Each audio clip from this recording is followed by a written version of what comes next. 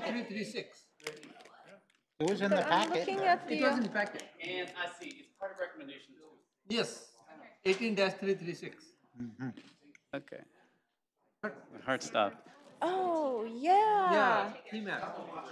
So did you, okay, Commissioner Kelly, when you said, when you, Worry about it. in your motion, I think you read the whole thing, right? No. No, I have one No. he stopped at the, just You didn't say discussing the tentative actual mark. number of units. Well, I thought you read the whole thing.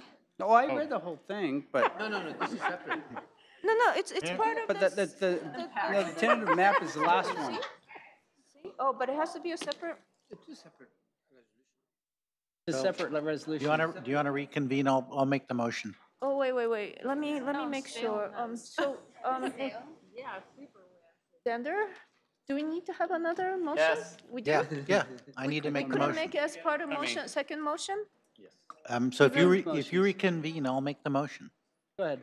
Okay, all right, okay, we reconvening, okay. Okay, so I would like to make a motion that the Planning Commission recommend that the City Council approve the vesting tentative map for the property located at 1375, 1385, and 1399 El Camino Real, Santa Clara, to divide the 2.23 acre project into 10 lots.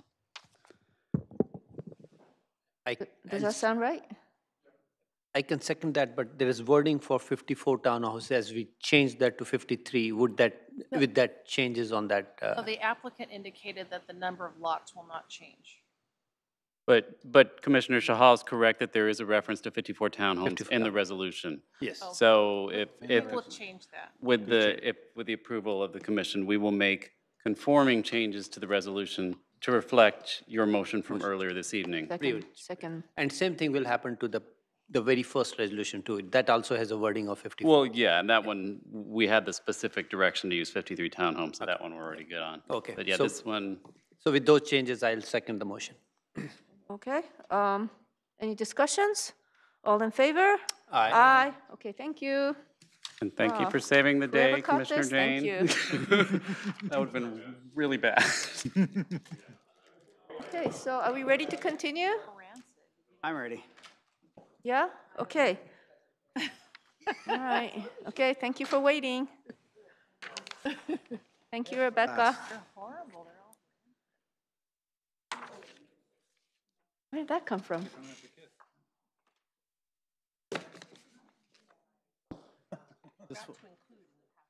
Oh, thank you.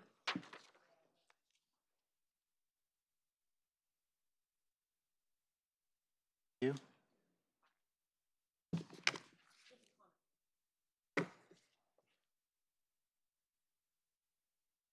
Absolutely. Thank you. Okay, all right, so, what are we doing? Oh, okay, would you like to announce the item? Okay, Next item for the hearing.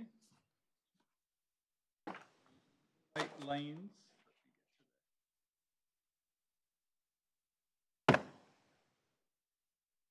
To Moonlight Lanes townhome project on. thank you. Okay, would the staff like to?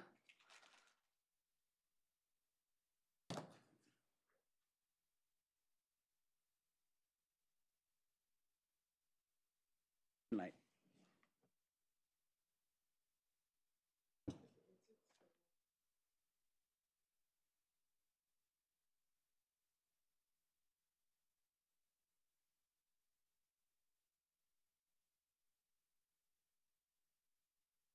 That's a raccoon.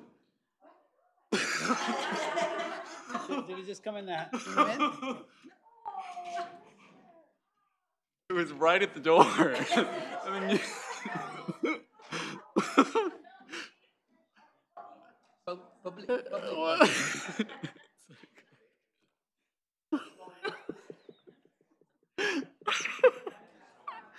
That's a crazy. Trying to get. Get to speak for 2 minutes? Yeah, public You're not afraid of animals, are you? All right. Thank you. Good evening, Commissioners. So the item before you is the application for the former Moonlight Lanes Bowling Alley. This particular project site borders an alley and the Moonlight Shopping Center to the north and single-family residential neighborhoods to the west across Kylie Boulevard and to the south and as well to the east. The bowling alley, it sits on a 2.87 acre site. It's 36,500 square feet in area. It's presently vacant. And it's surrounded by surface parking. It was constructed in 1960 and has been in operation since 1961 through November of 2016. It was previously owned and operated by Ice Star Bowling Centers, and they terminated the bowling alley operations, and then it was purchased by Prometheus Real Estate. This property is located in the El Camino Real focus area, and the vision of which is to transform this area from a series of auto-oriented strip malls to a tree-lined pedestrian and transit-oriented corridor with a mix of higher intensity residential and commercial uses, with pedestrian connections linking the surrounding areas, surrounding neighborhoods to existing commercial and more intensive residential development in the corridor, as well as transit services. The existing general plan designation for the property is regional mixed use. This requires a commercial component and a residential component. The residential component being 37 to 50 dwelling units per acre, and the minimum commercial at an FAR of 0.015. This translates to approximately 106 to 140 residential units on this particular 2.87 acre site and approximately 18,800 square feet of commercial. The property is zoned community commercial. This is intended for auto-oriented retail uses and does not allow residential uses as a permitted or conditional use. Therefore, it requires a rezoning of the property in order to bring it into conformance with the general plan.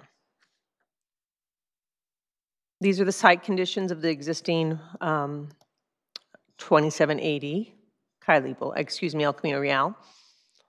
So you see the frontage there on facing Kylie, as well as the surface parking that surrounds it, and at the bottom right-hand corner, the alley that separates the project site from the shopping center to the north. A little background on the project, which is important to how the evolution of this particular proposal. An application was initially filed by Prometheus back in June of 2015, and was withdrawn in 2017.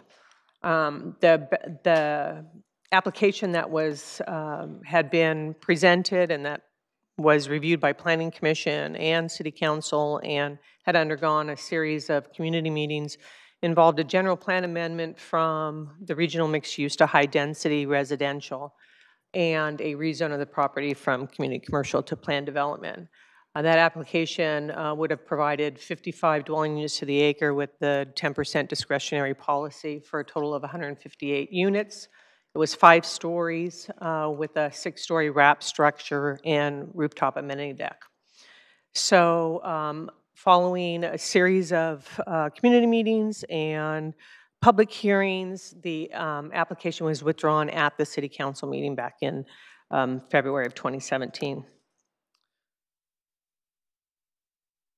As a result of this outreach policy in the public meetings, Prometheus went back to the drawing board, filed a preliminary application, and went before the City Council with a proposal for early consideration of a general plan amendment in accordance with the new set policy for review of any applications in the city for general plan amendments. At that meeting, the City Council directed staff to proceed with the application. So we have before us this particular site plan, which had received, it had evolved out of the community outreach from the discussions that occurred during the public hearing process with the 158-unit project, and then with the preliminary proposal that was presented to the community following that withdrawal, that they engaged the public to present this particular type of product, a townhome product, and had subsequent meetings to that, those initial meetings. So now we have a 3-story townhome project with 58 units, of which all are for sale, 20 units to the acre. This is a general plan amendment still, 2 medium-density residential at 20 to 36 units to the acre.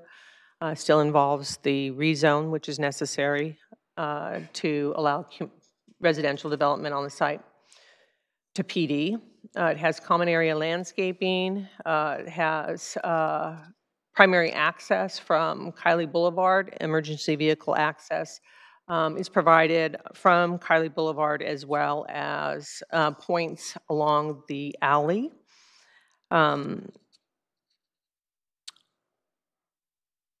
It has an amenity space at the flag portion of the property in the top right-hand corner, as well as common space that's shared throughout the proposal. The buildings, as you see, are arranged in clusters. They're anywhere from 4 to 7 units per building pad.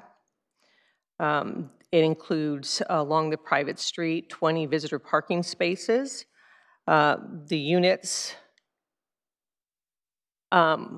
consist of 4 unit types, of which are include side-by-side parking spaces and the tandem arrangement.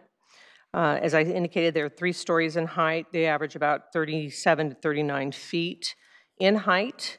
They range in floor area anywhere from 1,297 square feet to 1,979 square feet of living area. And they contain 20 2-bedroom units with 2.5 baths, 20 3-bedroom units plus a den with 2.5 baths, 8 3-bedroom units with 3.5 baths, 10 units with 4 bedrooms and 3.5 baths. The breakdown of the number of units that have the tandem parking arrangement are 20 out of the 58. The proposal includes 52 market rate units and 6 affordable units. It's actually a fractional. It's it would be 0.8, so it's 5.8. So they have the option of either providing the 6 units or paying the fractional.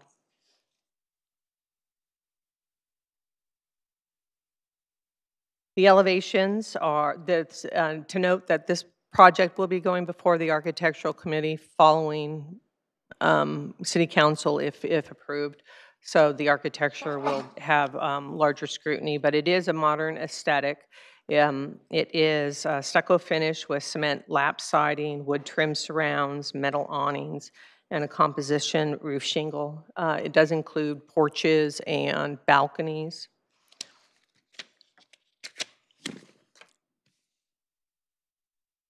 The project also does include a vesting tentative subdivision map, and that's to create the for sale lots, as well as 13 common lots for use as utility quarters, EVA, and cross-access easements. The project does include a mitigated negative declaration and a mitigation monitoring and reporting program.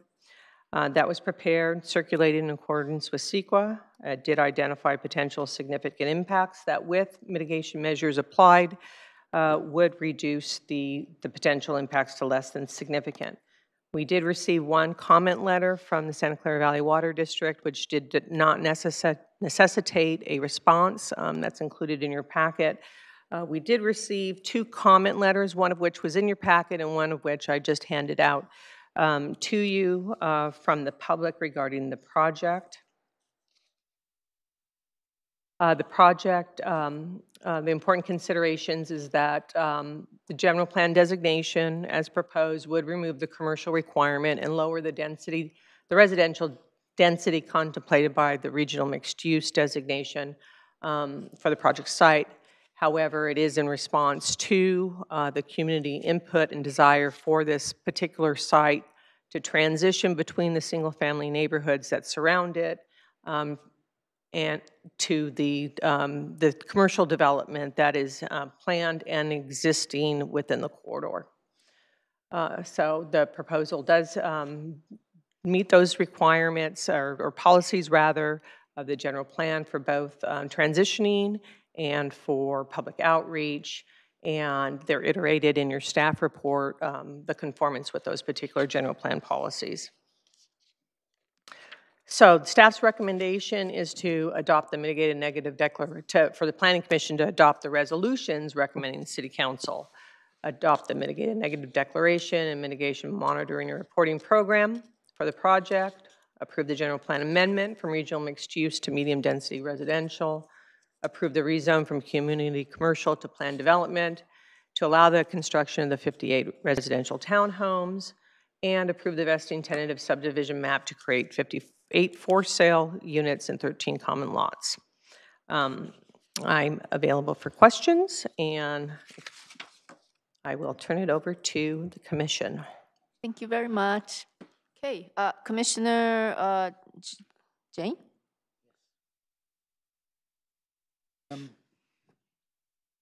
Could you tell us what the status of this whole complex is? You know, we're looking at this piece of a larger property development. It seems like the whole Moonlight Center is going to be developed. Can you tell us sort of what the background and status of that is? City staff has not received, there's not an active application. Gloria probably could elaborate more on any discussions that may have occurred that I'm not aware of regarding redevelopment. Since we, last saw this. Not really any.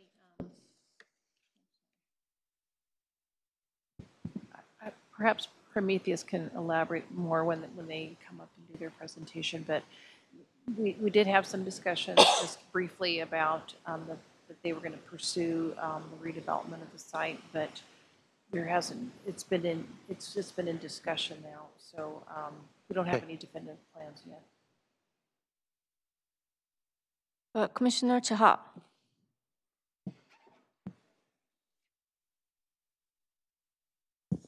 So we don't have any open space in this development, right? We have shared common open space. Shared common, but nothing like we were discussing in the previous development where city not only the developer came up with 2,068 plus we were asking for another 1,475. So on this project, we didn't ask for anything, right?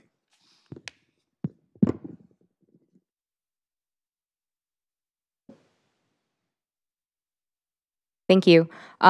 We did, obviously knowing these two projects were going to be heard tonight and open space was an issue of consideration.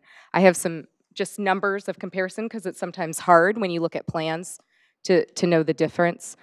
So in terms of common open space that this Moonlight project in front of you is providing, it's equivalent to 800 square feet of common open space per unit.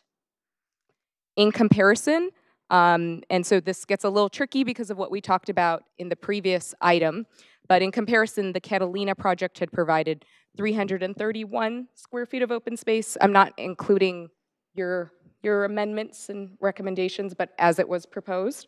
When we are talking about open space in this context, I'm talking about all the green on the site, and that the Moonlight project is substantially providing much more green space. They have the flag lot that provides an opportunity for gathering and more usable space that could be programmed. But I just wanted you to have those numbers in relationship to the other project. Right, so that's the point. Like, if to me, this, if you consider from the usable point of view for the community gathering within the complex, I don't see any of that unless we do some reorientation and find out a space like for 3,000 square feet or something like that, which can be used for the community. Otherwise, like if they have to have a small barbecue, they all have to go out somewhere. So that's my concern. Like I know per unit open space across the whole development is more, but I'm more concerned towards the usable, which is beneficial to the residents about it. Yep. Okay, thank you. And Oh, I'm sorry. yeah, and one of the findings on the resolution is we are justifying this thing as a pure residential because the property of north of it is purely commercial. And that's the justification on the findings right now, but we do not know what will happen to, as Commissioner Jain was mentioned, I know we don't have anything right now, but some of the businesses are closed over there. So I need a comments on that. We are justifying that it's close to the commercial space, and that's why we are justifying whole of it as a residential unit versus giving FAR ratio of 0.15 for the commercial. That's the point. Like that's the reason we are doing general plan amendment. I'm not convinced with that finding, basically. I'm not sure I follow. The general plan amendment that's proposed is suitable for the location in that that it's access, the medium density residential general plan designation is suitable for properties that are accessed via collectors and arterials and that provide connections to retail services and transit. So this is suitable as a transition between those single-family, lower density residential designations to the south, west, and east, and what's envisioned for the corridor in the existing general plan and yet to be seen in our specific plan. But as our 2010, 2030 general plan envisions it today, it's a higher intensity, commercial, residential, mixed-use corridor. So this particular designation would transition between those two. Right. And it's designed in order to be able to interface with the development, with the Moonlight Shopping Center when it does in the future redevelop, because things will change and there's that opportunity for the development that occurs there to interface with this particular site. We have an alley, we have landscape buffer between the residential units and the property line that can then open up into what may happen to the north on the shopping center site. Right, and that's I'm struggling to because I'm not sure what will the El Camino development plan will be for the property north of this one, how we will do that. And this again falls under the general plan amendment versus we are not having any commercial, and that's the reason we are trying to make a general plan. And the justification, if you look at the resolution 18-452, we are giving the justification, because it's next to commercial. What happens that next commercial again gets converted into residence also down the line? That's my concern. Like now we are taking a justification, it is because it's falling existing and planned transition, where is it? That would be going through a community process, though. Right. Not those considerations Okay, would so be that's taken into one of my concerns. Yeah. Okay, that's okay. And I noticed on, I'm not sure that question to the developer, on the land, yeah, you see that 43, unit 40 at the bottom, second unit from the left, basically, 43 to 40, 43, 44, 45, 48, right? So there is no landscape in the back which can camouflage basically the residence on the back side. I'm not sure that's by purpose. All others have big trees to privacy for the back residence, but not the 43, 44, 45, 46. They have, They have? They have 19 foot. yeah, they have anywhere from 13 to 19 feet setbacks, and those are On- landscape Oh, no, setbacks. setback is there, but I'm trying to do the tree canopy, like, it's only on the right-hand side. Because these are three-story houses right next to the single-family residence. Right. Whole of a track, I see all good big trees, which can come up, like, give privacy to the single-family residence on the other side. But there's that block is not giving anything. That may Where come you're to seeing, yours. where you're seeing the gap, you're saying? That's correct. Because there's a sanitary sewer utility line. There's a major utility right there which prohibits Oh, okay. the planting of the trees. So Okay. what you're seeing is a real strategic location of tree planting, given the utility necessities to serve the site. Okay, that answers my So question. certainly could be augmented through the architectural committee process with, there could be other types of vegetation that we could look at to, buffer that, Okay, like hedges, or, vines on a trellis, okay, bamboo. got it. Thank you. Thank you. Okay. But that's why you're seeing that. Thank you very much. Okay, Commissioner O'Halloran. Similar questions that you said this is in the El Camino focus area and subject to that El Camino specific plan. And this one particularly, does say that we have to make a general plan amendment. I mean, we always have to make a zoning amendment on any of these, or we would have to even to affect the general plan. It would have had to have a rezoning, correct? Well, The application's a said general it's plan gonna be amendment. regional mixed use, but we don't have regional mixed use as a zone anyway, so. correct. Yeah, I think this was one of the ones that really almost instigated some of this concern about a specific plan. So I'm wondering if this has been discussed, or are we just, is the attorney, are we saying, Alex, are we just saying that we should ignore that requirement that we wait until we have the specific plan? Well, we're not ignoring it. The council specifically exempted projects that were in the pipeline. This has been in the pipeline for a long time. Okay, but this wasn't one of them. This wasn't one of It's a those four pending that. project. It was initially, I it thought was there were four initiated that were as, specifically. yeah, it was initiated as a prior, as a multi-story building, as apartment buildings. And so because they went through that process and it wasn't supported, they came back with this alternative proposal. So it's been in the pipeline multiple years. And that's why the council, was There were a okay list with of it. 4 specific properties that were excluded, and it didn't include this one. But it did go to city council as a Yeah. separate item for consideration of the general plan amendment. To And continue they processing. directed staff to process the general plan amendment. So they made that action So we don't need to look at the specific plan then? they've made that action. And, yeah. The other thing,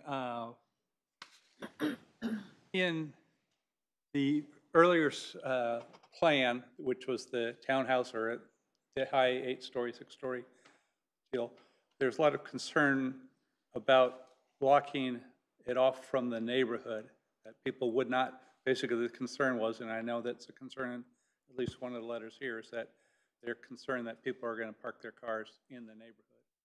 Do we still have a barrier to that? I know there's this barrier would not allow us people to conveniently repark their cars in the. No, there's a right in and there's a right in and left out, so that a they left can't- in and They can't come yeah. out into the neighborhood.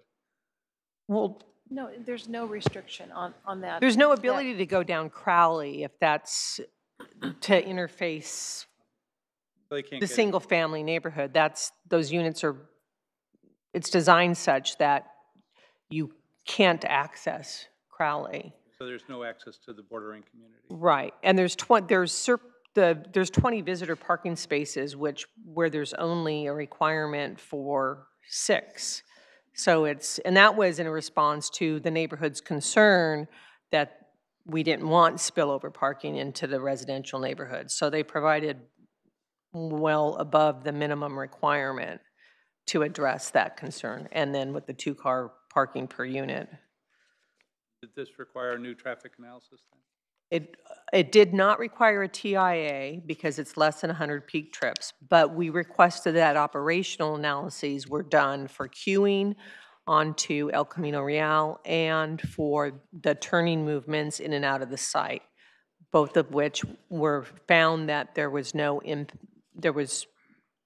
impact, adverse impact by having the project in this location to the queue length or the turning movements. They were adequate as existing. There was no requirement or recommendation or mitigation to modify Kylie or the movements of turning in and out of the site as a result of the project. And that's in the environmental document, the analyses. That would respond to this letter you just gave us? Yes. Okay, thank you. Okay, Commissioner Salem. Yeah, I'm concerned that the estimate of green spaces, including things like the pot handle and other things that are just really not real space, they're just green areas that are adorning the development. Is there any effort to provide some kind of internal park space for younger, for the kids and other people that are going to live there? Like move unit 19 next to 26 and scrap unit 20, or find another space for it. You create a park space right in the center of the complex and offload some of the expected burden of Central Park, which is the obvious logical choice that the residents here are going to go for family space. So I'm hoping that when we do the green space calculation, we're doing it with the real usable space in mind, not just every blade of grass counts as green space. Okay.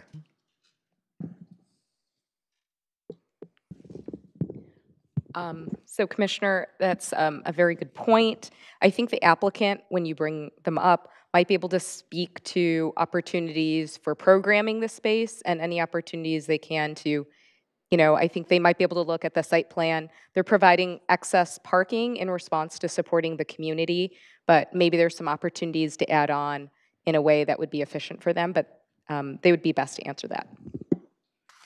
Thank you. Okay, Commissioner Chahal? Yeah. I have a question on traffic. Like, if I look at the traffic studies, I think Hexagon submitted on March 19, 2018. So it's a very basic question which I came up with some other traffic stuff. So I see the total trips generated is 314. And peak Daily trips. daily trips, right. And the AM peak hours is only 21. So if I even divide that 314 by 10, like working hours in a day, it comes out to be 31 trips. How come that, like, nobody drives in the night from 11 to early in the morning, 5 o'clock or something like that. So I'm giving that benefit. So I divide that 314 trips by 10, that daily trips comes out to be 31 trips. Whereas here, the peak trips on the AM is 21 and PM is only 26. That falls much below the average ratio I'm doing with the 10. I can't understand how is it being calculated. Well, I'm not a traffic engineer. I know, but... But there's 58 units, so. No, I'm not, 58 units, trip generation is 314. I'm not at all discounting that. What I'm discounting is the peak trips are lower than what an average, the peak trip should be more than the average trips, right? So average trips on 10-hour day is 31, whereas the peak trips are only 21 and 26 out of 314. Our traffic engineer, well, I'm saying, those are the parameters that you're using. You're assuming kind of common sense, Yes. Distribution of the Exactly. trips. But we should have we have our environmental consultants here that Oh, can respond perfect. to those I'll be happy questions, to have their voice, like what they think of it. Yep. Would you like him to come up now, or you just want to continue with questions before bringing? Yeah, let's Do the let's Okay, wait that's until, fine. We need the later. do the- All right, Alex? I'm writing all the questions. Yep, Okay, thank you. all right. Commissioner Salam? No, I'm done. Thank you. Okay, all right, so we're done with questions to the staff. Thank you very much.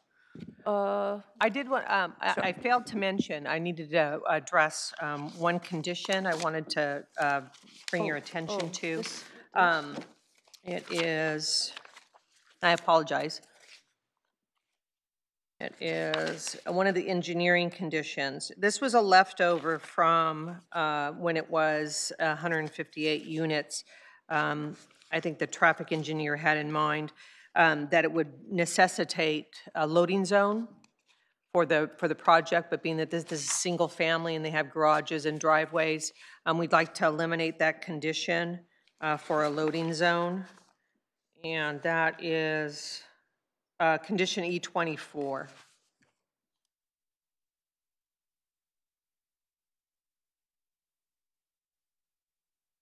Sorry, I wanted to catch that before it slipped out of my mind again. That's in addition to.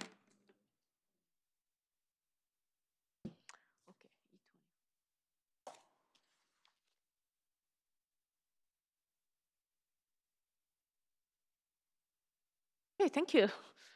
Would the applicant like to tell us about your project? Sure, I appreciate it. My name is John Moss. I'm with Prometheus Real Estate Group.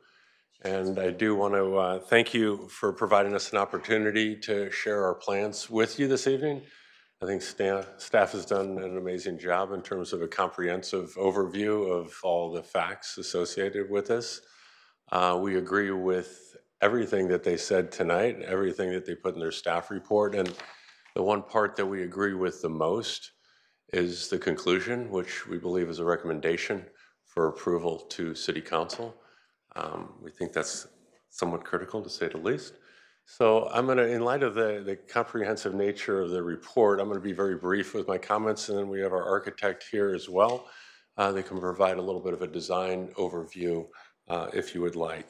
So a lot has changed since we last met with you, and it was way back in September of 2016. And when I say a lot, it's probably more than any project that I've presented on in the last 25 years in the Bay Area. In that we have gone from, as you know, and was stated earlier, 158 units down to 58 units, which is a 65% reduction in terms of the total units. And I'd like to point out that all of the changes that we have made on this project have been in direct response to the community input that we've received and from the input that we received at council. We certainly liked the last project that we presented, and I believe we had a 4-2 recommendation from your commission on that particular one, but we did make the changes in response mainly to the community and the council. So some of the changes have been mentioned earlier. I'll just briefly go over them. For sale versus rent, I mean, the community strongly made statements that they would prefer to have home ownership opportunities on this property, and we were able to do that, of course, with the townhouse development.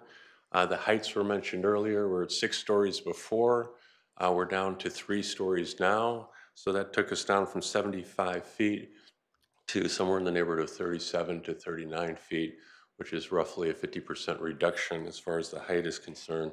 We do think that that provides a much better transition, was mentioned by staff a little bit earlier, from the shopping center to the single family neighborhood, which is directly behind us. And then the community reception to the project, which I'm going to talk about in just a minute, is significantly different, and we've had a number of outreach meetings with them.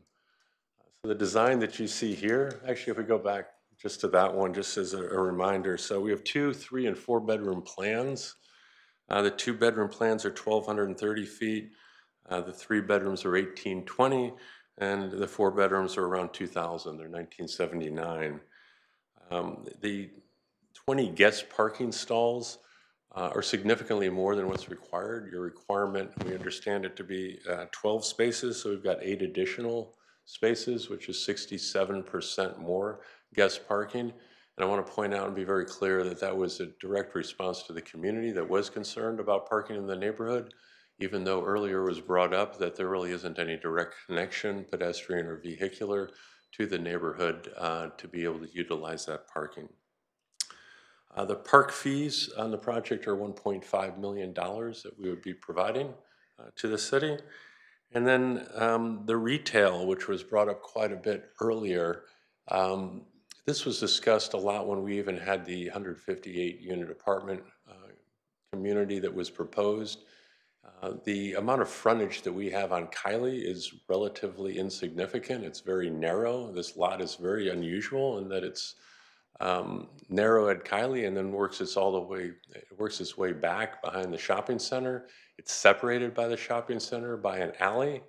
And then probably most importantly, this used to operate as one large shopping center. So we have an address of El Camino. We're in your El Camino precise plan, but I would strongly suggest that we are effectively not really an El Camino fronting property. We are a Kiley fronting property. And putting retail out on Kiley after working with a lot of our retail brokers to get feedback on how effective that would be or successful it would be, we concluded that we would have an extremely difficult time being able to lease out any retail that faces Kiley. So we feel that this is very different than the rest of the shopping center that actually fronts El Camino. So we think this is an anomaly within your precise plan on the El Camino side. So if we go over just briefly to the neighborhood outreach slide that we had in here. We noticed to 1,000 feet for all these meetings. We've had 6 meetings total between the 2 projects. If you look at the bottom where we had 158 units before, we had started those meetings, sorry, I don't know if this is clicking, way back in April of 2015. So we've been working on this project now for over 3 years and made significant changes as a result of these neighborhood meetings and the feedback we've gotten from the city. We also shared our plans with the largest property owner in this area, which is the owner of the Moonlight Shopping Center. And we've got a member that's here this evening, and they have supported our project and are looking forward to having more customers for what is an alien center over there. And I do want to address some of the questions that came up earlier by Commission, and I can do that here in just a moment. The outreach that we've had for the most recent project with the townhomes is 3 different meetings going back to April of 17. We had 40 and 30 attendees, and I think in the staff report that went to the council, and the council did approve this project, as was mentioned a little bit earlier, in the gatekeeper to allow this project to go through while the precise plan is being put together. We took a poll at the end of those 2 meetings, and we had staff from the city attending those meetings, and I believe it was all but 1 person in both of those meetings that said that they were in favor of the townhome development. And then just a couple of weeks ago, we had another meeting. We only had 5 people show up, but the majority of those folks were either neutral or in favor as well.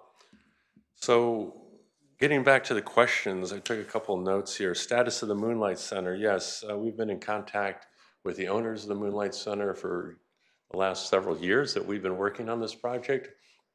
They definitely have plans to redevelop it. They're not concrete plans, but the plans are to redevelop it with a significant amount of commercial space to be developed out there, which is all the more reason why we felt like developing a small amount of commercial space fronting Kiley very well may not be successful, and that the city will receive significant commercial redevelopment on that site, as well as mixed use, residential too. There was mention about the amount of open space and usable open space. And I want to clarify that that panhandle area over there, in our estimation, actually is usable for a number of different activities, whether it be barbecues out there, whether it be a dog run, or whether it be even some form of a tot lot as well. Even though it's not a square space or round space, it is adequate in terms of the amount of square footage and area that could be dedicated for that use. And just to give you an idea, that panhandle is 3,000 square feet. What we were looking at earlier, and a lot of discussion by Commission on the citation plan, was that that was 2,068 square feet. So in total square footage, just for that panhandle little piece alone, we're 50% larger. So I do suggest that there could be activities that are planned there. We're leaving it up to the HOA in terms of how they want to go ahead and create functions out at that location. And then our total open space, it was mentioned earlier per unit. I wanted to give you the total open space relative to at least the citation plan. We're at 42,800 square feet of open visual open space. And some of that space can be used without a doubt. It may not be half an acre for ball fields and everything, but it can be utilized. And that compares to what we heard earlier, which is 17,900 square feet. So 43,000, this is a whole different project. We're at a little bit of a lower density from that project as well. In terms of units 43 through 48, was mentioned earlier about possibly eliminating a unit, creating more open space. The storm drain line is definitely in that area from a landscaping standpoint, but we can put columnar trees, we can put a bamboo, we were talking about that earlier as well, and I think that's a good solution. In terms of waiting for the precise plan to be done, again, the council did approve this in a very formal session, a gatekeeper, and I think it was unanimous as well, so I think that speaks volumes. And I think that, in terms of what happens to the Moonlight Center, it was mentioned, what happens if they come up with a plan that's all residential? And I'd like to, clarify, I should go without explanation, that the city completely controls the entitlements of that property. And if you don't want whatever is being proposed for that, you can go ahead and control your destiny and require as much commercial space out there as you would like. So I think I've used up all my time and not my architect's time, but we're both here to answer any questions that you have. Okay, thank you very much. Right, so let's just finish going over the questions that the commissioners asked. So Moonlight Center status, you've answered. Common space, you've addressed that. Retail, yes, you've addressed that. Okay, and a landscaping issue on units 43 to 48, the staff addressed it. Let's see now. I guess the only one that still hasn't been addressed is the traffic. So would the traffic engineer like to answer Commissioner Chahal's question?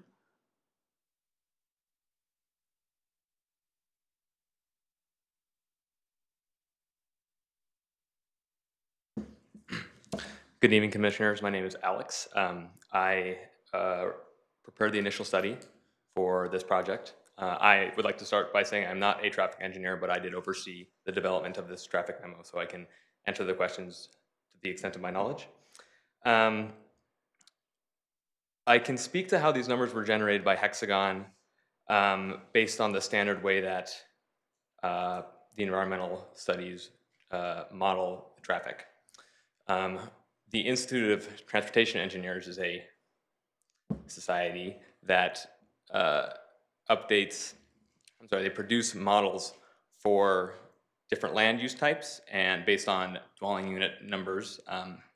And that's a pretty standard way to analyze traffic impacts for the environmental document.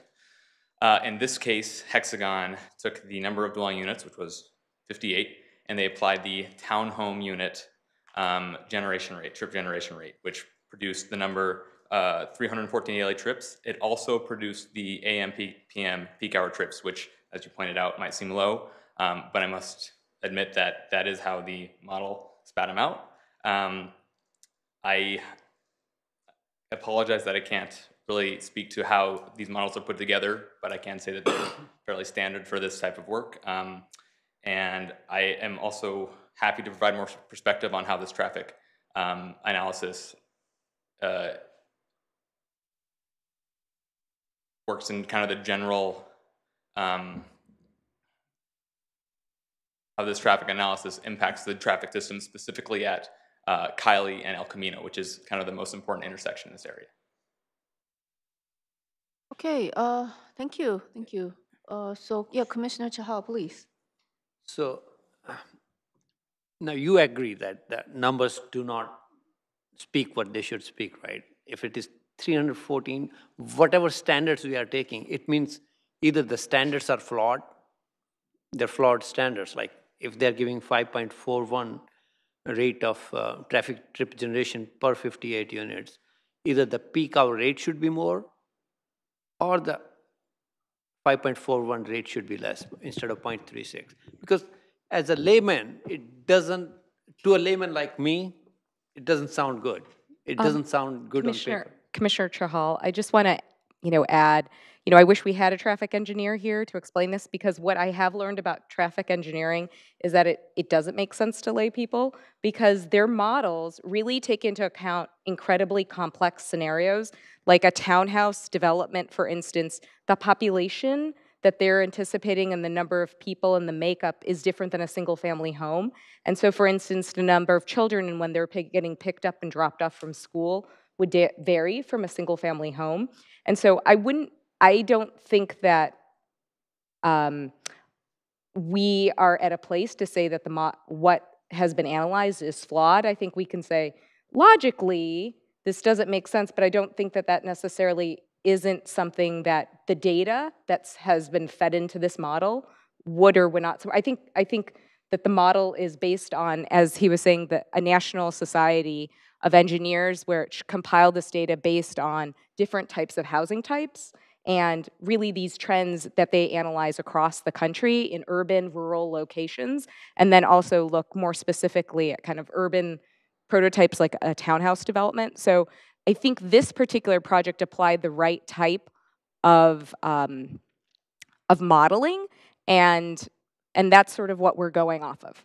So I fully agree with your interpretation that the modeling, this is the modeling we are presenting it. But if to a common man like me, if the modeling does not make sense, how can I make my judgment on these traffic data for a plan like this? Because this is the second time I did analyze another Summerhill project, and later on they agreed they did make some mistakes. After the council approved, after the planning commission approved, they did send me an email. Yes, we did make some mistakes on that, on Summerhill project when I did the analysis. So my only contention is if I believe in this data and I might make a judgment on this, I will not be justifying myself to, okay, this doesn't look, unless I have a justification from a traffic expert, this is how we calculated, this is how, because I did a 10-hour day dividing 314. If you do 9, which is more practical from 5 to 10 or something, I go to 35 trips per hour. And here we are asking only 21, and I don't know, but like if none of us can explain. And I guess I would just say that I would not have used a 10-hour day. I would have said that maybe people are commuting longer, that, people start commuting, I may have distributed that number in a greater, to divide it by a greater number. I guess I'm relying on the model and Hexagon's expert opinion, which they provided to us in their memo. So even if I make it 13 hours, it's still less than that, yeah. If we make it 15, it's more like in line 20, with the yeah. peak, but I mean, that means that you have the peak nothing. level for 15 hours 15 a day. hours, that doesn't make I sense, don't know. right? I don't know. Yeah, that's the reason, like I'm not trying to add more complexity, but I just know that the issue is complex. For instance, during peak hour trips, people are more likely to commute and have, even though you have greater cars on the road, more people are in those cars. So maybe there actually is a higher distribution during non-peak hour trips than we would assume, because more people are in single vehicles, like people aren't with their children riding in cars. I'm just trying to say that I don't think we can necessarily apply like if you look at a 10-hour logic. Yeah, if you look at the data at the bottom of that page, it gives hourly. It gives hourly, like different, 725. So it did calculate that. Yes, please. Not sure if I can shed a little bit of light, Sure. but I'd like to attempt to do so. I recall the last traffic study that was done when we had 158 apartments out on the site, and the city attorney may recall this as well. That particular study assumed that the bowling alley was still going to be able to generate trips and operate, because it was operating at that time before it was shut down by the former owner. And the conclusion of that traffic study with 158 units was that there was actually going to be a reduction in the total peak hour trips that were generated by the 158-unit complex relative to the existing bowling alley. And we're still in a position, in terms of an alternative use on the site, to just open the doors again and have the bowling alley. So I do think that that analysis, in terms of credits, if you will, for an existing use on that site, for purposes of this traffic study, I think it was ignored altogether because the bowling alley's been closed now because this process has taken 3.5 years. So I do think there's a total reduction that's really significant relative to the current use for what it's worth. Yeah, And that's totally different than I know you. exactly. But it's kind of completely related different. to some degree in terms of what the real impact is. So Commissioner Chahal, what would you like to see happen here? I mean, we don't have the expert to answer your question. As if we can get some expertise, like through email, because this is the second time. Can we suggest this then?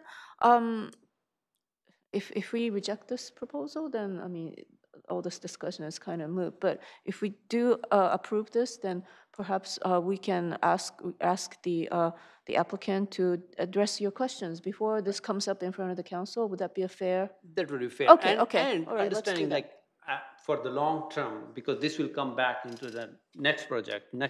This is the second time. Well, let's do one project at a time. If we can have some explanation of that, Sure. or we can have a special study session. Let's start with this project. Okay, thank you. All right, any other questions? Commissioner Kelly? Just a quick couple questions for the applicant. First off, obviously, we are trying to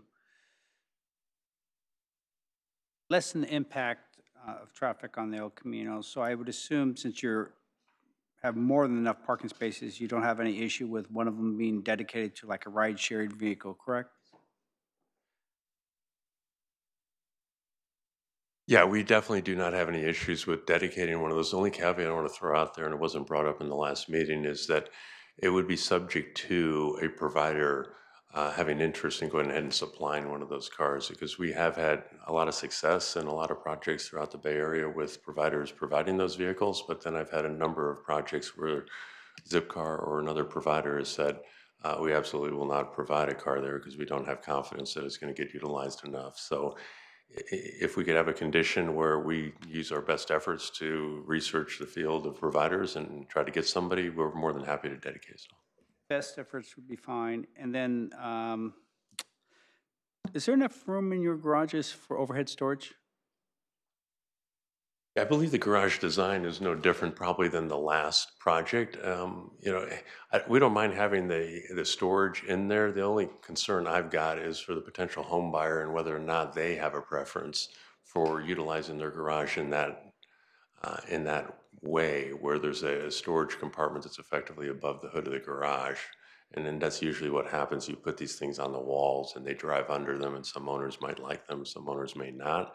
So, I like to leave all this up to the folks that are moving in. It's a relatively inexpensive item. I don't have any problems, putting it in there or having a home builder do that, but I would like to have the homeowner sort of weigh in, if you will, if that's how they want to utilize their garage. I can tell you, I am told by people moving into condos and townhomes, there's not enough storage all the time. So if there's room, I would ask for it. Okay. How about ask the applicant to offer it as an option when people purchase this? We absolutely could do that, yes. Thank you, that's it. Thank you. Okay, Commissioner Jane? So as a fellow engineer, I'm going to have to agree with Commissioner Chahal. The numbers just don't make sense. It's like, people will blindly type into calculators and they'll hit the wrong button and they get a result and they don't have any way to sanity check it. And so I'm just going to have to back up Commissioner Chahal. It doesn't make sense to me. I think there's a typo, but, I would, at some point, I've been asking for some study sessions with educating us. I'd like to see a traffic engineer come in and maybe explain how they do things.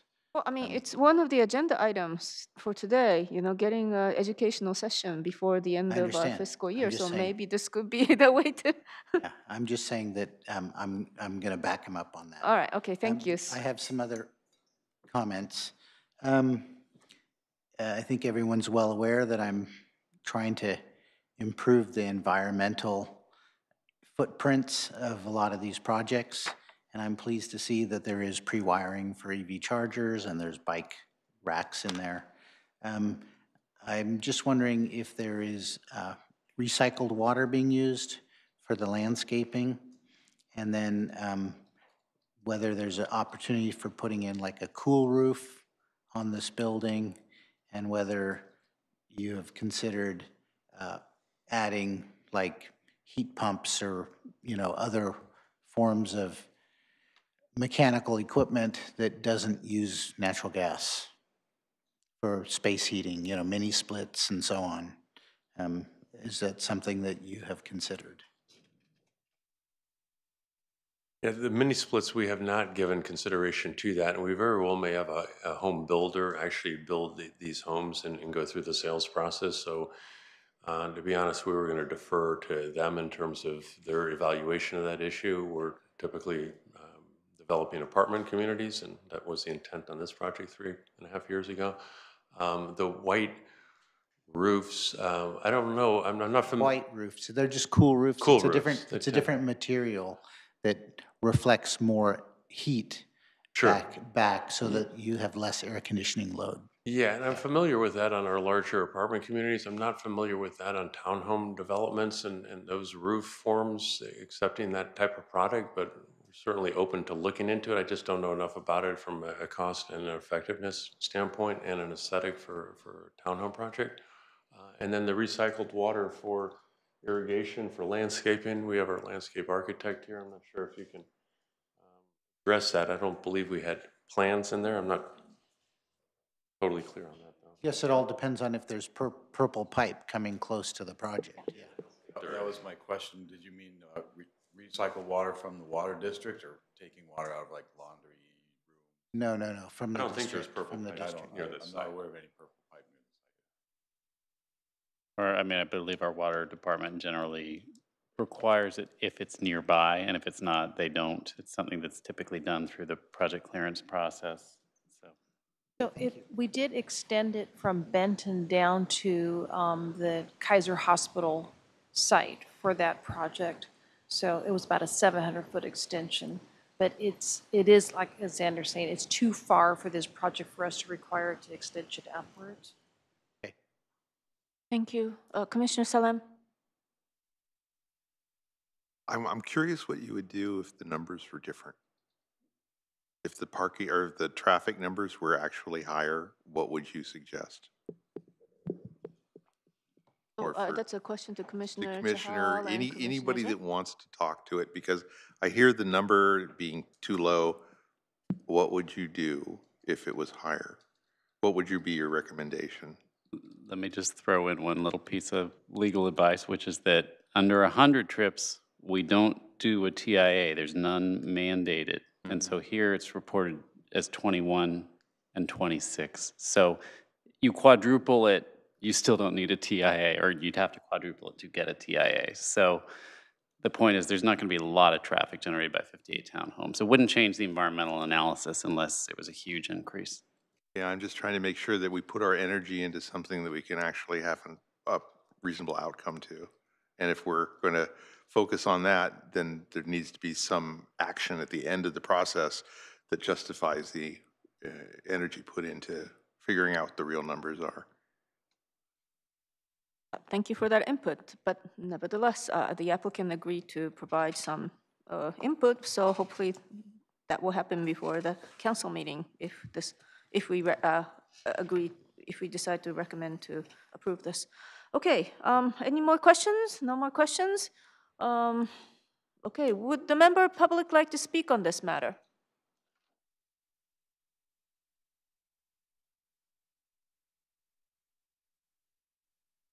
Good evening, Madam Chair and board members. First of all, I want to thank you for what you do, and this is very important for our community, and I'm sure people don't thank you in future work. And this is a good project, and it will provide good employment for construction workers. But as you know, it will also provide housing for the community, and we have. Second. Did anyone make a motion? I did. Oh, you did? I didn't hear you, sorry. Okay, all in favor? Aye. Aye, okay. All right, discussions, questions? Not really. Yes, I would move to approve. I did want to I have change. discussion. Oh, sorry, yeah. Discussion, sorry. Places within this development to pull out significant amount of green space, specifically around Unit 20. Let's look at that. Yeah, Site plan. look at the green. Can we pop that or up, the, please? the there, yeah. Thank you. Kind of, there's Can another you better one. enlarge that picture? I mean, if you can. I don't know if you can.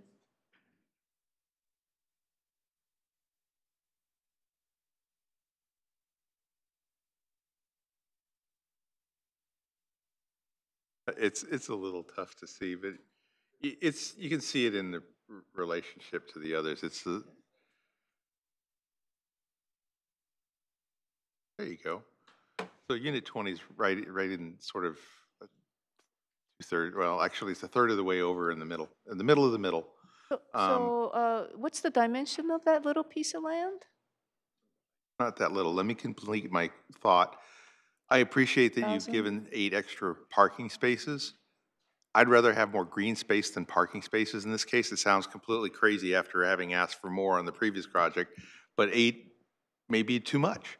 Maybe we could give back a couple of the spaces out of where you have designated 12 in the right below Unit 20, and give that one entire section the green space that it needs for this community to share. You could have a small park in there, and it is at least as large as what we were saying Catalina needed to have.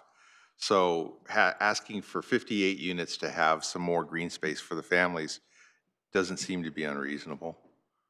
You know, I mean, if I had a pen, I could draw you what I was thinking, but hopefully the architect and others could see what I'm talking about.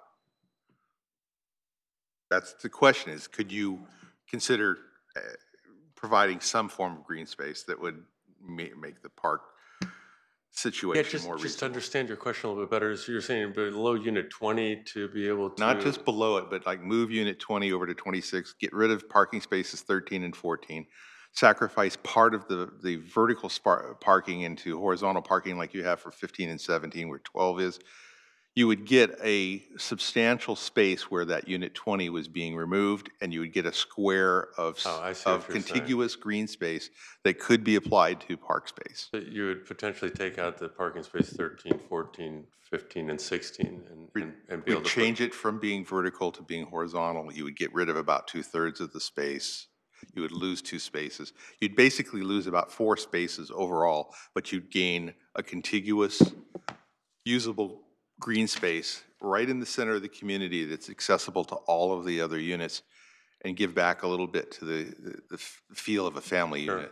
Yeah, I mean, we'd certainly be open to studying that. I can't tell you right now without my architect spending a few hours doing that analysis, but we'd be open to studying that. You wouldn't lose any units. You would lose a couple parking spaces. A few parking stalls. Yeah. Yeah, and if we could do all that, you know, I think we'd be open to it. I did want to remind everybody the community was really big on the parking, so it's ultimately your decision.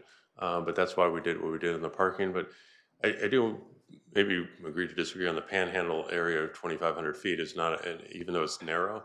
I don't see it being used for something that people would move to that space to utilize. Like you said, maybe a outdoor barbecue or something, but it's adjacent to a parking lot and an alley. It's not amenable to a really friendly family environment, whereas something in the center of the complex would get you exactly what you need to sell it as a family-friendly space. Okay. But the other area we can study is potentially those spaces as soon as you arrive on the right side, 1 through 5. Sure. And maybe that's greened up a little bit, I'm not sure. But we could study alternatives and options and for council ultimately. And great. If we, you know, even if, has it been through full architecture review or no? Well, I think architecture review's after council. Okay, so maybe I'll just DRC is make it a after note council. for someone who's attending that to see if there's a way to work it out. Okay, so let's, I want to make sure, so how many, how many parking spaces are we talking about? It's as many as about 4-ish, and right now we're overparked by 8 on the guest parking. We have 20, we only are required, I believe, 12. I think you had said even less than that, but my numbers were 12. 10%, so you're only required to have 6. Oh, really? No, for guest parking. It's 10%. Oh, you're correct, it's 12. Okay, so yes. 12. So Yes, you're nevertheless, we correct. still have 8 extra stalls relative to the minimum code, so we can look into that. Okay, so that's near unit 20? I think they're talking about moving unit 20 over to where parking spaces 13, 14, and 15 are. Yeah, And then in that open general up all that area for right. green, if Oh, I I understand the commissioner correctly. Okay, so move to unit 20. All right, got it, all right. Okay, Commissioner Chahal.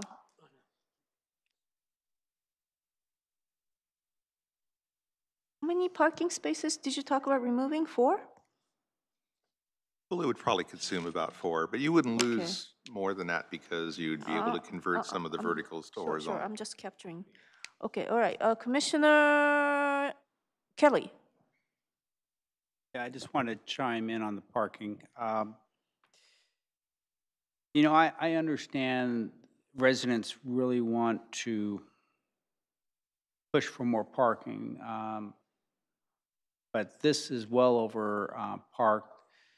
And I'm with Commissioner Salam. I think you could lose 3 or 4 parking spaces, and as long as you have a good TDM plan, transit passes, look into getting a zip car, you know, have a robust program to encourage residents to use Zip or Uber carpool, you eliminate a lot of the issues that you would otherwise have. So I would like to see more green space in the complex.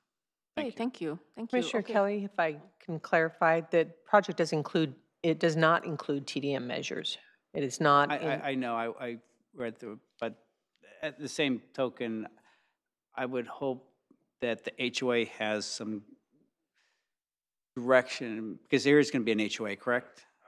Okay, so their HOA could have a program to subsidize transit passes, correct? Okay. We're asking for that? Can I ask for that?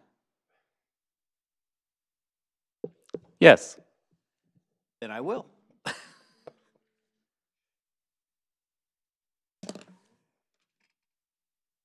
HOA subsidized what? Transit passes. Okay, Commissioner Chahal. Okay, so I'll just recap, like, this plan is much better than what we had, 158 versus 58. So it's like much better than what we had, I don't know, around a year back probably, right? And I will again stress, like, any usable park space if we can find within the community, that will really help it out. And other than that, I am still struggling with the traffic numbers. Yes, but we agree that it's Yeah. going to be addressed, so. Which will be generated from this and other stuff. And the one other point I have is general plan amendment. Like, I've been struggling with that for so long. We have been asking for, hey, we can have a general plan amendment, updated general plan, and we are not having that. So that's one thing I'm struggling. Like, again, we are making a plan development with general plan amendment, and that's I'm struggling with. So those are my few comments. Otherwise, this development is much better than what we had earlier. Thank you. Okay, thank you. Any more comments? All right. Do we have any motion? I move that we recommend that the city council adopt the mitigated negative declaration and the mitigation monitoring or reporting program for the medium-density residential development project located at 2780 El Camino Real. Maybe that's the good motion to tack on No, about you the, don't. the traffic. Not at this time. No. Not at this time? no. Okay. Second. All right, any discussions? All in favor? Aye. Aye, okay. Anyone opposed? No? Okay, motion carries, unanimous. All right, any other motion?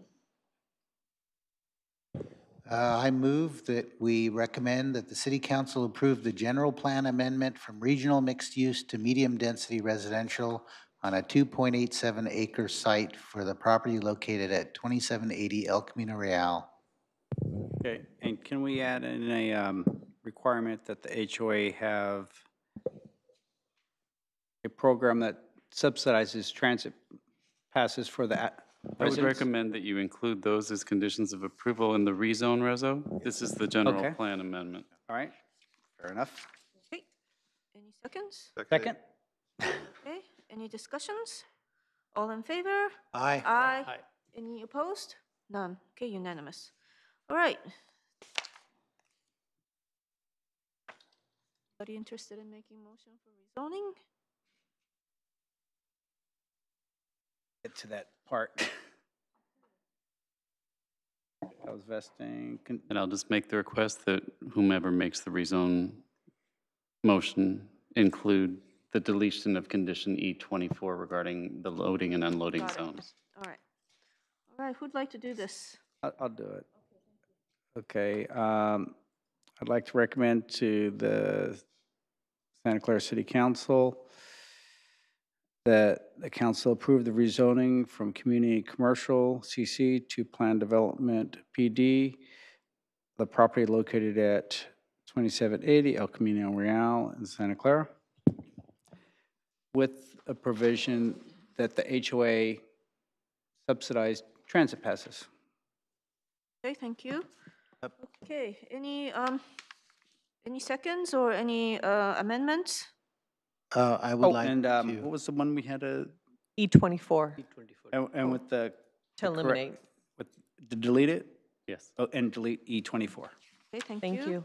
I just wanted to add that we clarify C25, which is, already says pre-wiring the garages for EVs, and just to modify that it's a level 2 charger, 30 amp minimum. Or capable of a Would 30. you accept that change? I accept the change. Okay, right, and how about like, you know, moving unit 20 to make more open and remove 4 parking spaces? Should we include that? That might be too specific. I think Remove up the to 4 objective was to spaces. provide a centralized green space for. Okay, so provide centralized green space around unit 20? Would you be open to that? Yeah. Okay. All right, and then. Okay, and then, traffic peak calculation? Information, additional traffic peak calculation information be provided to Commissioner Chahal and Commissioner Jain before the council. Would that be a good place to put that? Well, yeah, Or we it don't need to doesn't- put it? It doesn't really attach to any of them as a condition of approval. Okay. I would just have a separate motion at the end. to Oh, ask- separate or- motion, okay. All right, okay, and then, to, add a rideshare parking? Have one space reserved for ride-sharing parking if possible. So you'll investigate if you If can get somebody to possible. come in there. Okay, I believe the applicant said he would use his best efforts to research the field of providers to provide a so, ride-sharing service. so we don't need to You want to mirror include. that language? You don't have to use his Okay, language. we're I'm not just- gonna include it, okay? And then to offer overhead storage in the garage as an option when the, each unit is sold? Correct. Okay, all right, so that will be part of the motion. Okay, and, okay, so, we have a motion, any second? Okay, any discussions? So I have a, like, when we say Okay, overhead, Commissioner Chahal. overhead garage, decision at the time of selling the unit, right? Offers an option. As an option. So do they add that later on? Because you will build the units first and you'll then sell them, right? So during construction. So, but do you sell all the units during construction? Because most of the time, units are sometimes sold after full construction is done or something like that.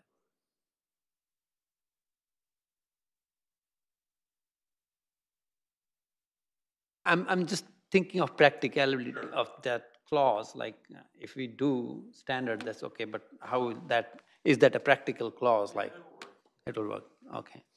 Okay, other than that, like, as I said, 58 resellable units, that's good part, and we are getting 6 affordable units out of that. We have a second? That compromise. Oh, we have a discussion. Okay, we're having discussion. It's Okay. just a discussion. All right, Commissioner Salem. Did there get an agreement? Did we have an agreement as to 6 affordable units or 5 with the fractional? Just says 6. 6. Already. Okay, good. That's it. Thank you. Okay, any more questions? Okay, all in favor? Aye. Aye, any opposed? Okay, unanimous. All right, so, does someone Could I want to? just ask for clarification? I'm Sure. sorry, I didn't know where the 6 was that you were referring to a moment ago. You said there were 6 affordable units in a condition? Oh, I thought it was in. 52 and 6. I thought it was in the staff report. Yeah. Oh, staff that they are providing 6 Called out units? separately. It's a total of 58 Fine. or 52. Thank you 52 very plus much. 6, that was the staff report, right? No, 58. But they are providing 6.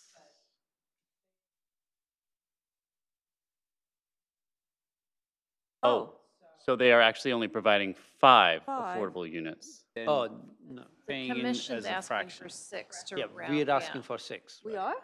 Oh, okay. That's the reason I asked. That wasn't a Yep, part of yeah. the motion. Oh, okay, I misunderstood. So, wait, So do you want to move to rescind the prior motion you just approved? If you want to. how do I rescind something? Need a motion to rescind the prior? Okay, would anyone like to make a motion to rescind the vote we just Ye- took? I move to rescind the previous vote. Okay, any I second seconds? that. I Okay, second that. all in favor? Aye. Aye. All right, okay, so let's go back to the motion we had earlier with one more provision, which is that the affordable housing unit be 6 units instead of 5 plus a 0.8 fee. Would Commissioner Kelly be amenable to that? Yes. Okay, all right, any more changes? All right, any seconds? Second? Okay, discussions? All in favor? Aye. Aye. Thank you. All right, would someone like to make a quick motion on the two things, the traffic peak calculation and looking into rideshare parking if possible? Have an action on your vesting tentative. Yeah. Best effort to add one, have one parking, guest parking be allocated to ride sharing, If possible. if possible. Anybody wants to make a motion? And to provide information on how the peak traffic level was calculated before the council meeting. Yeah, My understanding was the applicant was going to investigate whether or not he could provide a ride sharing after entitlement. Oh, I didn't think he part of meant the by condition. the city oh, so council this is not gonna be a hearing. condition? Okay, so let's do the quick one on the traffic peak calculation. Traffic we can do. Just a reminder, you still haven't finished all your motions. I You got still one have more. the vesting I'll read tentative it. map. All right, Do all right, this now, it's thank you, okay. thank you. All right, Either let's do way. the next one. Somebody wants to do the vesting tentative subdivision map? I'd like to make a recommendation to the city, Santa Clara City Council, that we approve vesting tentative subdivision map at 2780 El Camino Real, Santa Clara. Any second? Second? Any discussion? All in favor? Aye. Aye. Any opposed? Unanimous. All right.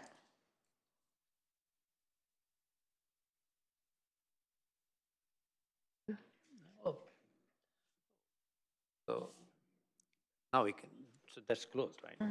Okay. Now you can, yeah, deal with the traffic.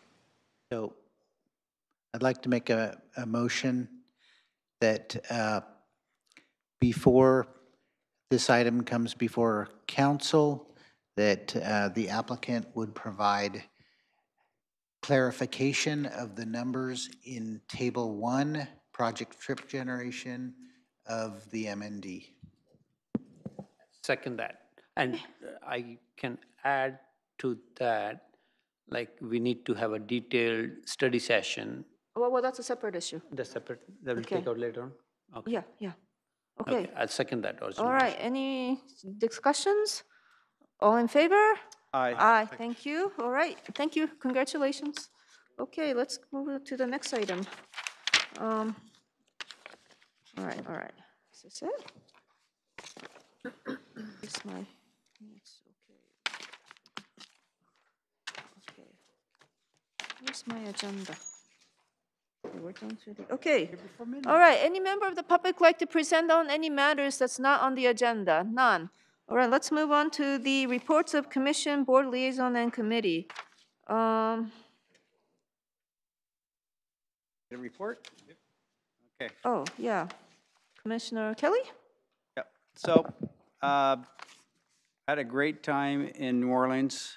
I had the opportunity to take a tour of the infrastructure, see how they rebuilt after Katrina.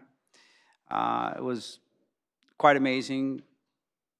They had to do a tremendous amount of rebuilding, but they invested in their parks. They're currently trying to do more affordable housing. They have a wonderful new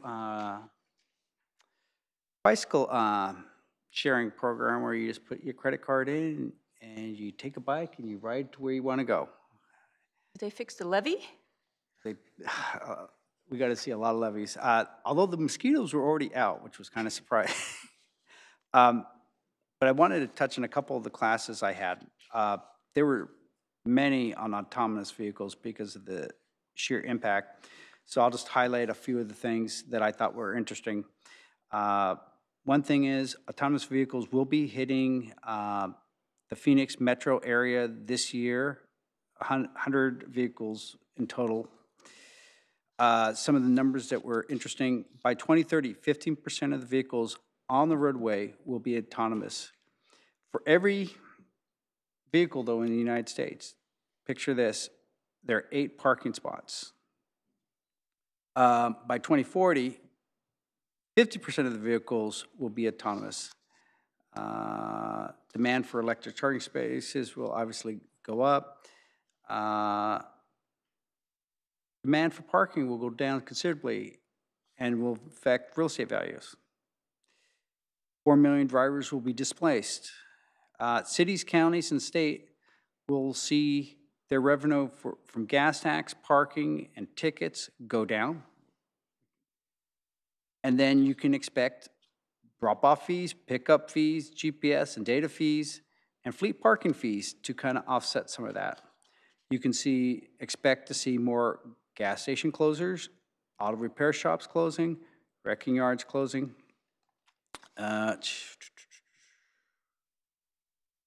Should reduce development costs by about 20% because more of the land could be for housing and less for parking. Traffic delays will mean people may actually be driving farther because it won't be such a hassle to get in the car and go home. TDM plans should take advantage of this data and plan accordingly, basically less parking.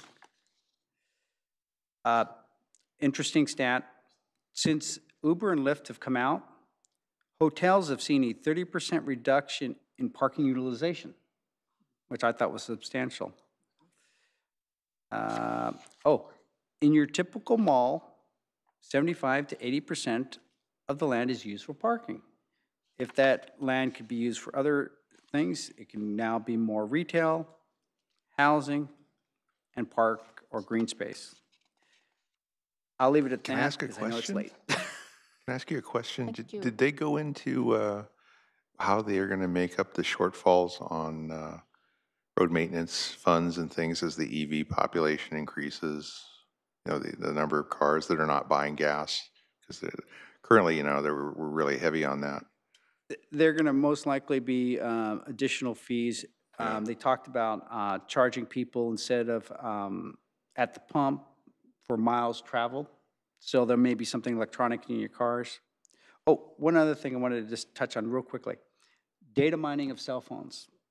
So in Lake Tahoe, they were using people's cell phone to track people coming into Lake Tahoe, because there's 3 counties, 2 states that were looking at where people were going, where they're coming from, where they're parking, where they're basically hiking, biking, all to come up with a plan to mitigate the impact on the environment.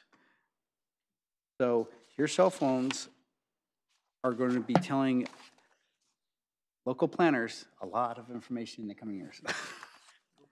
Oh, and then this right here, these were modules. So if you have like a little parking spot and you want to have green space, in the morning you may not have it because of the traffic, but in the afternoon you can pop up little green spaces like a bench, a little tree, a little area you could eat. So during peak hours, it could be opened up for traffic. And these modules supposedly interconnect so they can have electric lines and plumbing lines. So you could have like a little outdoor vendor there as well. So I thought it was pretty interesting. We do those in Palo Alto. Thank you very much. Okay. Next year, National Convention's in San Francisco. Oh, wow. Close by. More of us can go if we want to. Thank you very much. Okay. So I have a couple of, Oh, yes, please. Did we need a resolution for reimbursements? last year's, Yeah. don't we? That's coming up. Okay. What? Okay. That's on the travel. and Yeah. stuff. Okay. Anyone else on the reports or? I think I have a couple of things. Okay. I think Commissioner Casey had mentioned that we used to get these tables that in our packets that would describe the FAR and the lot coverage and things. Those seem to be missing now. I don't know why those went away, but Because of our Granicus system, we have to provide them as attachments, as PDFs. Oh. So. they just aren't, they weren't in the packet. I mean, like Okay. when I So download they the weren't PDF of attached, the packet, okay. they're not in there. Yeah, we can't And- populate that in the format, in that computer software. So 'cause- it has to be a separate document and attached as a PDF, but I can let the But planners know. it should be a page in the packet. Yeah, then. it should be an attachment. And then the other thing that Commissioner Casey had mentioned was it's nice to have the name of the planner who's responsible for the project, because often before the meeting, I'll contact the planner and ask questions about the project. And then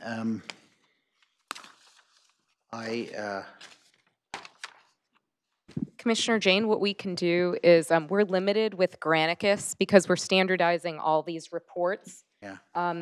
And so what we can do is add the planner to the page on the data sheet, because it's actually very difficult for us to add it on the staff report per the guidelines that we need for standardization of the reports. I see. But we can add, obviously, the, make sure that we include the, the density calculation table, and then also put the planner contact information there. That would be terrific. Thank you. Well, thank you.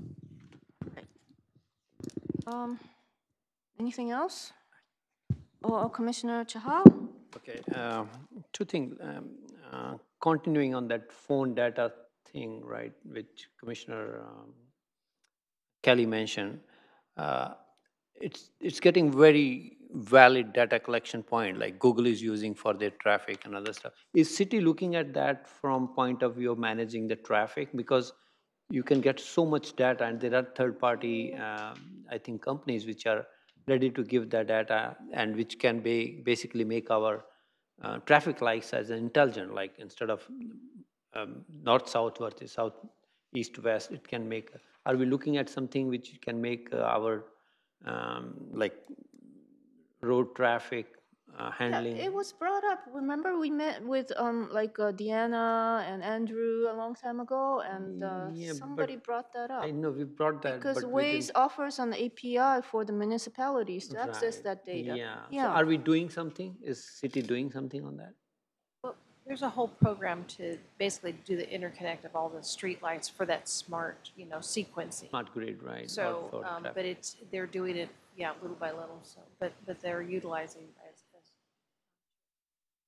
new technology. So. And my other comment is for Commissioner Ikeji. Thank you for serving on the districting committee. Oh, thank you so much. Great job on that. That's it. Anything else? Okay. Yeah, so I had one question on, Okay, Commissioner Salem. yes, thank you. So I saw the approval for our email addresses. Oh, yeah. Yeah, and then I saw that we needed to do a Brown Act training. Is that on a schedule yet? It is for the next meeting.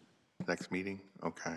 Oh, And then, And then the addresses are supposed to be available, so we're supposed to be getting your iPads kind of in between that to get them set up, so. But we will send you an email. Yeah, I have them. okay, thank you. When to bring those in and when we're moving to those. So it's in between those. Should we submit I our think it iPad happens to after, you, it Rosa? happens after the Brown Act. Oh, we in between we that don't- and the We June, don't give this to you yet? To install the No, email? not yet. Okay, got it, thank you. All right, next item. But just to clarify, is the training about the Brown Act, or is it about, The Brown Act as it relates to To the use of emails. email okay, communication. things like the risk of serial meetings from use of Yes. emails? Okay, great. Since I'm giving the training, I just want to be sure. All right, I think thank it's you. also just good practice with email communications and what Public Records Acts, they're different things that are obviously, you have to have heightened sensitivity to. So that kind of level of training. Okay, great. So that's the next meeting. All right, moving on. Budget update and discussion on, what kind of training? Should we invite like a traffic person to come and train us since Yeah, at least they we have $1,000 allocated? elaborate like how they're collecting the data, which should make sense to a Oh, common it's not person. allocated yet. Okay. Um, All right, so that's the item number 1 on Director of Community Development. Does anyone want to make a motion? Oh, is there somebody we can invite to use this money or? So, Yeah, I was going to, so just to review your budget, because we did have the item for Commissioner Chahal's reimbursement of, and this is pertaining to the conference last year where you were deficient funds at the end of the fiscal year. So there is a request to reimburse for the 2017 New York APA conference. And so right now, not having the auditor go through this, it's about $1,600. So with the allocation that was pre-approved for Commissioner Kelly's of $2,600, that would leave you about $1,200 till the end of June 30th. So that would be your total available budget, essentially. 1,200. Yeah. Thank you. And I guess I'm hearing interest in. If you are authorizing that, the reimbursement from last year's conference as well. Oh. And that's that for your New York- consideration. Oh, this so that evening. we should approve that too? Well, that's for your consideration this evening. Oh, okay, so that's on that one. And Okay, all right, so let's do this one at a time. Rosa, because I was also shorted last year, so does that include what I was shorted? No. I ask at least if there's money in the budget that part of what I was shorted last year. Well, all we have left after your current conference and Commissioner Chahal's is $1,200. So you would not have money for the speaker. It was allocated, I think, would you say 26? Mm-hmm. My expense reimbursement is about, so. Okay. Difference, to be credited towards last year's expense? If the commission supports that reimbursement. So 1,600 for No, Commissioner. excuse me, can I add something? The reimbursement does not include the conference fee, so that was not included in your, that also goes into the budget for planning commission. So you do have the whatever amount it was, 1,900, plus the fee that was paid for the conference, which was $750. How much? So is, that's about 2,600, how much was the fee again? $750. 750. So one person. So the cost of your trip, you had 2,600 allocated. So 750 comes out of that 2,600. Yes, This shows that it's already been charged. but it still comes out of the budget for the Yeah, planning no, it comes commission. out of the budget. So Commissioner Kelly, we have factored in, when we said there was 1,200 left, we factored in the 2,600. And we factored in 1,626 for Commissioner Shahal. But I don't know what we have as a line item for 2,600, because I understand that there's some items from last fiscal year that we're carrying over. So I know there are 2 APA conferences related to you, Commissioner Kelly. And so I don't know if 2,600 makes you whole, or if there's another request for this fiscal year to cover the APA for this fiscal year. If there's anything left over in this fiscal year credited to my previous year, because I was shorted about 1,000 last year's. So that's something for the commission to consider, but. Okay, so can we do this then? Let's set aside $1,000 because that's what we said at the last meeting. And then whatever money that's left, you guys split the difference? Because Commissioner Kelly and Commissioner Chahal, you guys figure out how to split the money? It's okay, but because I didn't take my return flight and other stuff, that's okay with me. So whatever is, I didn't charge some of the hotel fees and other stuff. So mine is how much is 1,600? Yours is 1,626. That's, I'm good with that. I don't want anything else other than that. I'm Well, good yeah, with but if there's some money left, then, Commissioner Kelly. Left over after Raj gets paid and the $1,000 allocation, that would be great. Okay, so you guys figure out how to split it. All right, $1,000. Is there anybody from the traffic study that we can invite to tell us about traffic study? I have been talking to some people, and there's a fellow named Nathan Ho. He works for the Silicon Valley Leadership Group, and he is their specialist in affordable housing. And he would come for free to come talk to us. And then I'm pretty sure we can get someone from the Silicon Valley Bicycle Coalition to come talk about Vision Zero. And they'd probably not charge us. And then a friend of mine, Linda Glass, she is, I think, a cultural commissioner in Los Altos, and I could probably get her to come talk about public art fees. Public what? Public art fees. This came up at the council meeting yesterday. Okay, but what about traffic studies? And so for traffic, we may have to pay somebody. We might be able to get somebody. Does anyone know anybody? Well, it'd be awesome to get Jeff Tumlin, but he's kind of expensive, I think. And then maybe we can get someone from $1,000? Transform. I mean, I just wanted to, in hearing the commission talk, we don't have the benefit of having someone from Public Works here to explain, transportation analysis. And I think that in addition to theoretical, like what could happen with the world of transportation, I think it would be really edifying for you all to just understand how do we analyze traffic reports, Yeah, that sort of level of Yeah, information. That's what we're talking about, yeah. But we did Oh, have did we have Gary that? Black come last year, didn't we? Yeah, did From we? last year Hexagon. we did a series Yeah. of Okay. training. So Do we did have ask a whole him again? traffic analysis study. You could always ask our traffic. Girl. Like Dennis could come in? Or Carol Shariat, who is who was hired as a principal traffic.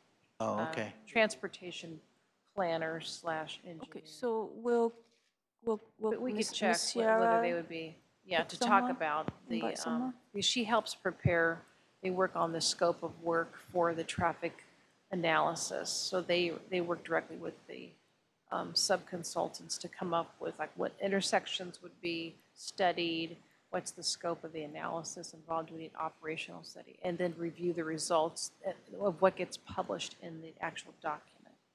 Okay, I've been so, very impressed with her work.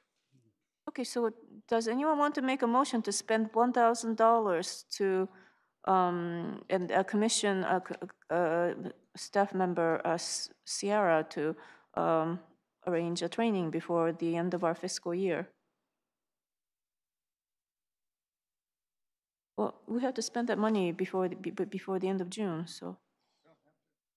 Well, then we lose that money. Well, I think the thing is, Well, any then we money could that was reimburse left Commissioner over, we Kelly. would use to reimburse the commissioners for their travel expenses. Yeah. Okay, well then let's do that.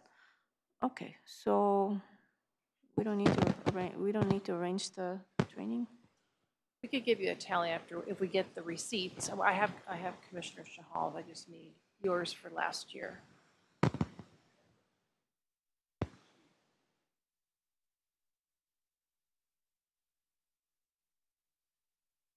Okay, so let's table this until next month. And, yeah, I mean, The budget ends fiscal year. June Authorize, 30th. yeah, Commissioner Yeah. Shahal's, and then we could at least get that part done, and then whatever's left over, there will be money left over. At least get what it is in. Yeah. After that. Because the request is, okay, okay. there is a After request that, from if Commissioner left, Shahal. give it to Commissioner Kelly. I'm okay with it. Or would you'd have a record of my sheet from last year, right? We probably have records of it. We can look that up. Give me the time. Okay. Does anyone want to make a motion to allocate the budget, whatever budget left after paying Commissioners Chahal and Kelly on training, hopefully to be arranged by the end of June? Okay, any seconds? Second. Okay, all in favor? Aye, okay, that's it. Okay, city council actions, upcoming agenda items. Just a couple of items. We had the appointment of the planning commissioner was continued, and this is from April 24th. It was continued to the May 8th meeting, and it was again continued. Have all the applicants in already? Yes, it was because Commissioner Caserta was, Councilmember Caserta was out last night, and the point was to have a full council before the vote would take place. Because before it was a six-person council, a seated council, and they wanted a full, because to make sure there wasn't a tie involved. So it'll probably be the next meeting. And that's all I have. Oh, thank you. Any, I have a question on to the staff. Like, I remember, I'm just bringing that again, like Summer Hill project, we got some data later on which they mentioned, oh, we made a mistake on that thing. So what's the remedy on that? We already approved a project, planning commission approved, council approved, then they come up, oh, sorry, we made a mistake on this data. So do we get back to, at least for knowledge, do we get back to planning commission and council? Yes, that data was wrong, and for this project which was approved, and this is how it should have been, as a corrective measure, Yeah, basically. I think that instance, it was just what set of traffic counts were being used, and that there was a newer one that was more currently published, but at the time that the analysis was done, those numbers were okay. But I think that information, I recall that one was forwarded to council as a clarification as part of the staff presentation, because you had brought that up. Oh, was this brought to city council? Yes. No, city council made a decision before that. I thought they were informed. Yeah, I'm 100% sure. Check my email there. I thought- City council make a decision before the clarification reached to me. Yep. I must be thinking about Yeah. another one No, that we. I'm pretty sure. Okay. Yeah, that's my point. Like, if there's something which we detect after making all the decision, at least for information, hey, this was made, because that's a public record, and if we find out that we made a decision based on a wrong data, there's something not right. At least we correct it, hey, this was the correct data for that. I don't know what's the remedy on that. But that's my point, like how the commission or can be updated on such instances.